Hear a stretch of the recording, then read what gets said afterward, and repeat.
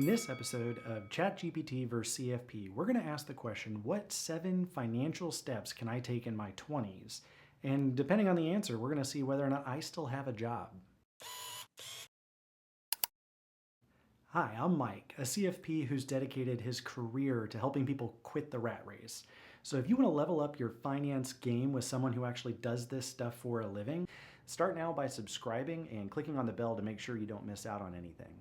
The format of this series is we're going to ask 3 questions of increasing complexity to see how well the chatbot performs. Then I will respond to each question and/or comment on the chatbot's responses. And then finally, be sure to stick around to the end where I'll fill in any gaps that there may be in the chatbot's answers. Question number 1. What 7 financial steps should I take in my 20s? Okay, let's see. Create a budget. Okay, that's good. Income and expenses. Start an emergency fund. All right. 3 to 6 months of living expenses and a high yield savings. That's good. Pay off high interest debt, credit card, and personal loans. Start investing. Okay. Compound interest, starting early, but where? Like which accounts?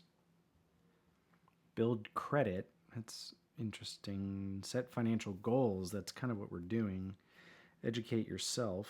Sure. The first 3, yes, absolutely. I have no qualms with those.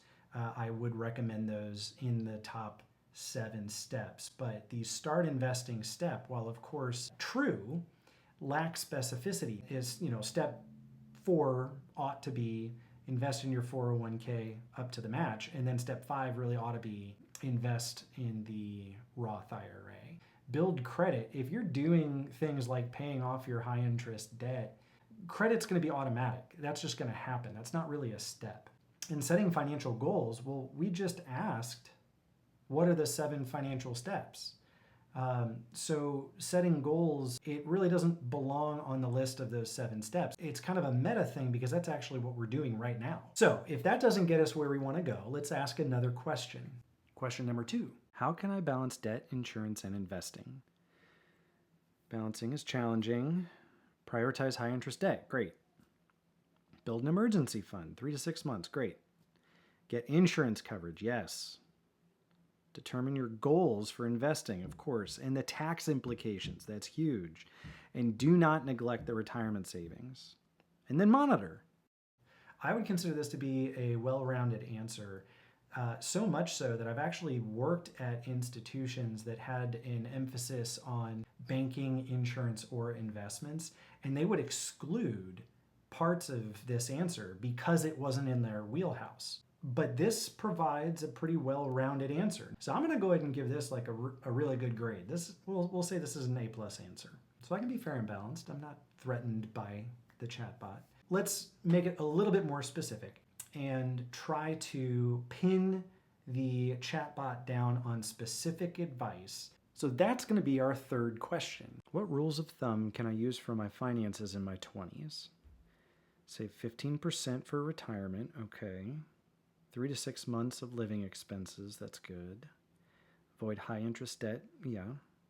Create a budget. Okay, that probably should have been first. Don't neglect insurance. That's good. Invest in low-cost index funds. Okay, but which ones? Don't compare yourself to others. Fascinating. So they even included a behavioral finance answer in this. Don't compare yourself to others. Incorporating things like this behavioral finance piece, it impresses me. It is also sort of bare bones. For somebody in their 20s that's trying to get ahead, of course don't compare yourself to others. I'm impressed that it scratches the surface, but it does scratch the surface. Now maybe you have a financial question that you're super curious how my answer might differ from that of the chatbot.